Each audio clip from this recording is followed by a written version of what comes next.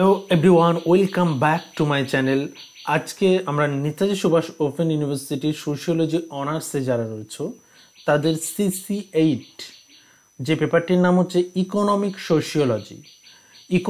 সোশিওলজির কিছু গুরুত্বপূর্ণ প্রশ্ন আলোচনা করব, যে প্রশ্নগুলো এবছরের জন্য গুরুত্বপূর্ণ, অর্থাৎ সাজেশন ফর 2023 এবছরের জন্য খুবই গুরুত্বপূর্ণ কিছু প্রশ্ন, যেগুলোর ওপর তোমরা গুরুত্ব দিয়ে এবছরের প্রিপারেশন নিতে পারো।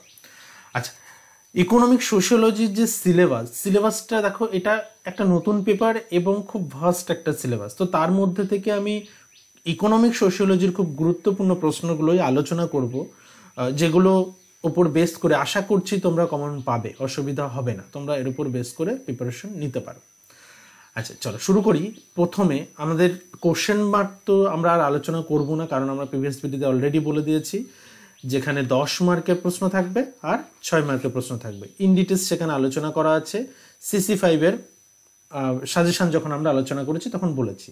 তাহলে প্রথমে আমরা 10 মার্কের কোশ্চেন আলোচনা করব, তারপর আমরা 6 মার্কে যাব, যে 6 মার্কের কোন কোন বিষয়গুলো গুরুত্বপূর্ণ।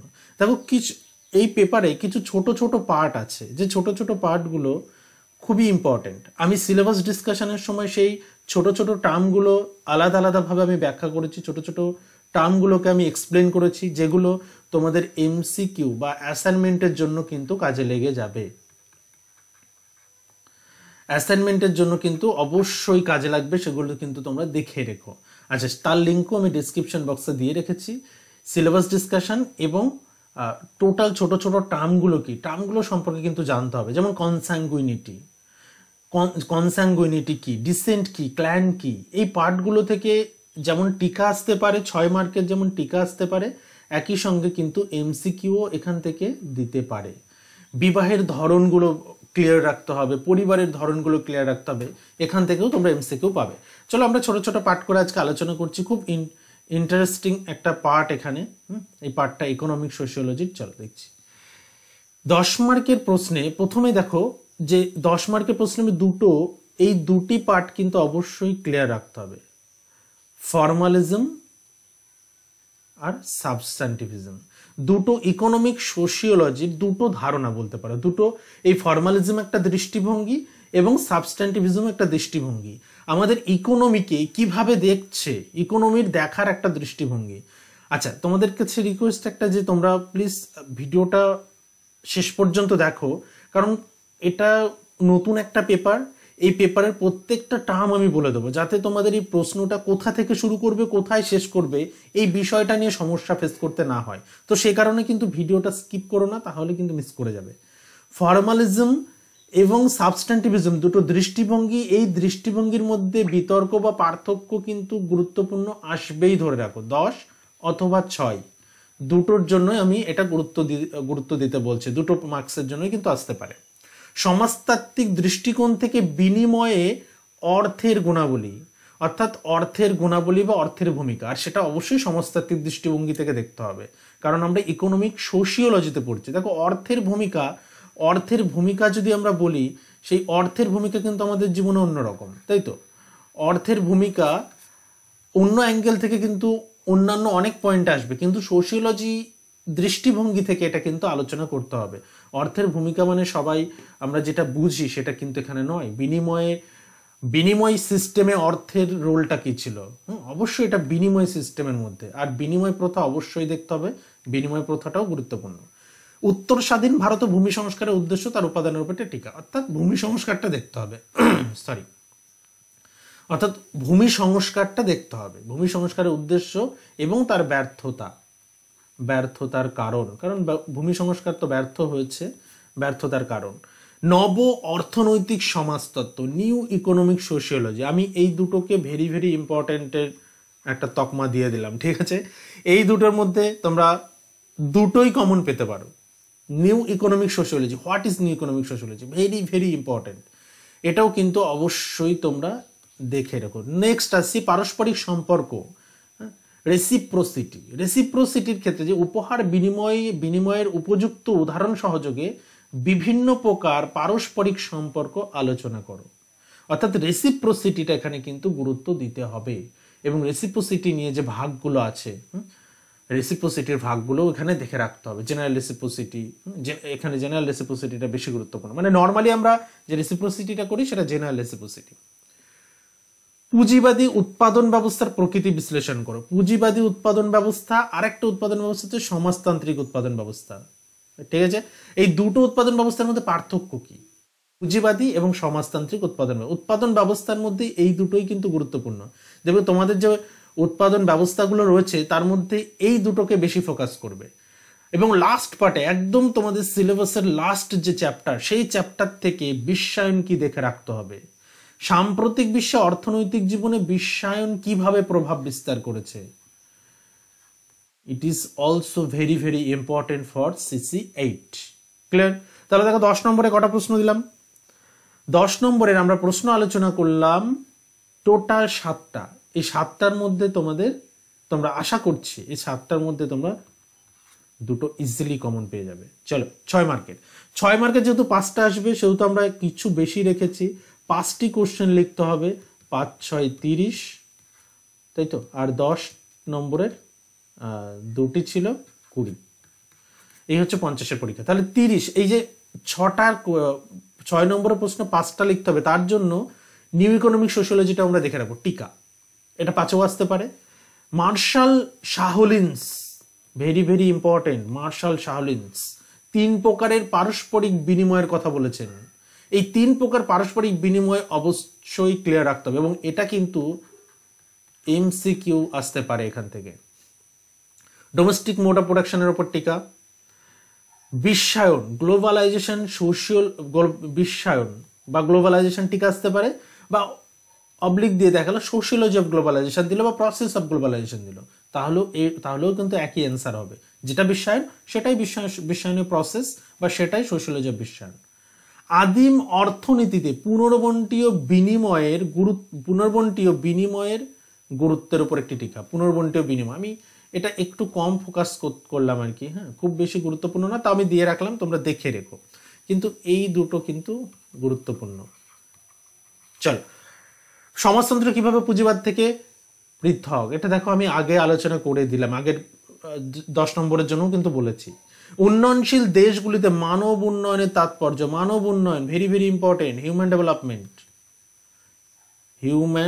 ডেভেলপমেন্ট।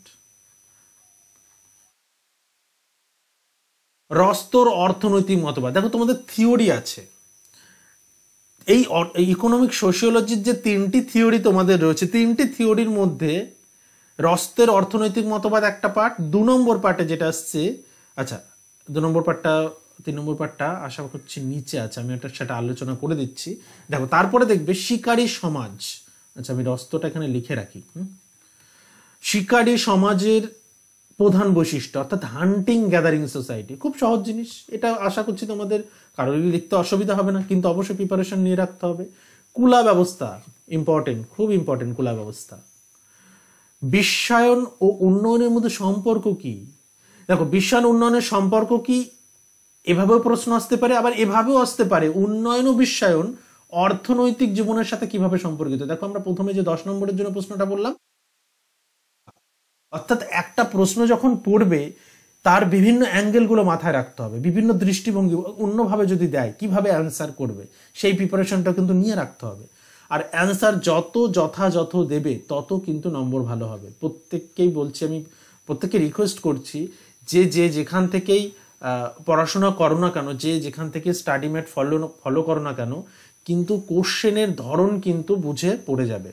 এবং আমি আবারও আরেকবার বলে দিই, সিলেবাসের সঙ্গে মিলিয়ে নেবে, সেন্টেন্স যথাযথ আছে কিনা দেখে নেবে, কারণ বিভিন্ন জায়গায় ইকোনমিক সোশিওলজির পেপারটা তোমরা কতজন পেয়েছো আমি তাও জানি না, হ্যাঁ, তো বিভিন্ন জায়গায় কিন্তু এই সিলেবাসের ওপর টোটাল ডিরেক্ট ট্রান্সলেটার থেকে ট্রান্সলেট করে দিয়ে দিচ্ছে। তো সেই কারণে নোটস থেকে কিন্তু সাবধান, ভুল নোটস কিন্তু কখনোই পড়বে না। সিলেবাস রয়েছে, সিলেবাসের সঙ্গে মিলিয়ে নেবে, সেন্টেন্সগুলো পড়ে ঠিকঠাক দেখে নেবে সেন্টেন্স ফরমেশন ঠিকঠাক আছে কিনা। ওকে, আর আমি তো বলে দিচ্ছি যে কোন কোন অ্যাঙ্গেল থেকে প্রশ্ন আসতে পারে, সেইভাবে প্রিপারেশন নেবে। আর যারা এখনো স্টাডি ম্যাট নাওনি, স্টাডি ম্যাট নিতে চাইছো, তারা এই পেপারের ফুল স্টাডিমেট পেয়ে যাবে অ্যাকর্ডিং টু সাজেশন। তোমরা এই নম্বরে কল করে নেবে, যারা ইন্টারেস্টেড আছো হোয়াটসঅ্যাপও করতে পারো, আমি বাকি ডিটেলস কিন্তু বলে দেবো। ওকে, হোয়াটসঅ্যাপ বা কল করতে পারো। চলো, তাহলে এটা আমি আরেকবারও মনে করিয়ে দিলাম। বারবার আমি মনে করিয়ে দিচ্ছি এই কারণে, কারণ আমি ভীষণভাবে আমি বেশ কয়েকজনের স্টাডিমেট দেখার পর আমি যে স্টাডি সেন্টারে পড়াচ্ছি সেই স্টাডি সেন্টারেও অনেকে নোটস নিয়েছে, যাদের নোটস দেখার পর আমি এতটুকু বুঝতে পারলাম যে টোটাল বিভিন্ন জায়গা থেকে কপি করে জাস্ট ট্রান্সলেটারে ফেলে, ট্রান্সলেটারে সেটাকে গুগল ট্রান্সলেটারে ফেলে বাংলা মিনিং করে জাস্ট আর কি কপি পেস্ট করে নোট বানিয়ে নিয়েছে। সেন্টেন্স স্ট্রাকচার বা সাবজেক্টিভ নলেজ না থাকলে সেগুলো তো সম্ভব নয়। একটা স্টাডি সেন্টার 7টা 8টা সাবজেক্ট স্টাডিমেট রেডি করছে, তো কিভাবে তাদের সাবজেক্টিভ বিষয়ে থাকা সম্ভব?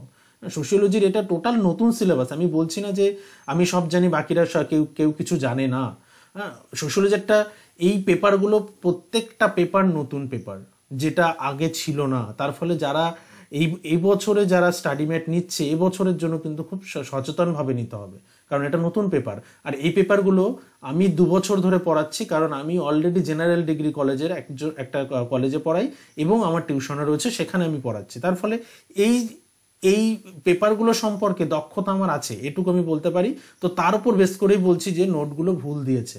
তো আমি প্রত্যেককেই বলবো একবার সিলেবাসের সঙ্গে মিলিয়ে নেবে। ওকে, এটা খুব বাজে একটা বিষয়, মানে ভীষণ রকমের একটা মিসগাইডেন্স চলছে। চলো, অর্থনৈতিক বৃদ্ধি আর অর্থনৈতিক উন্নয়ন কি এক জিনিস নয়, পার্থক্য দেখতে হবে।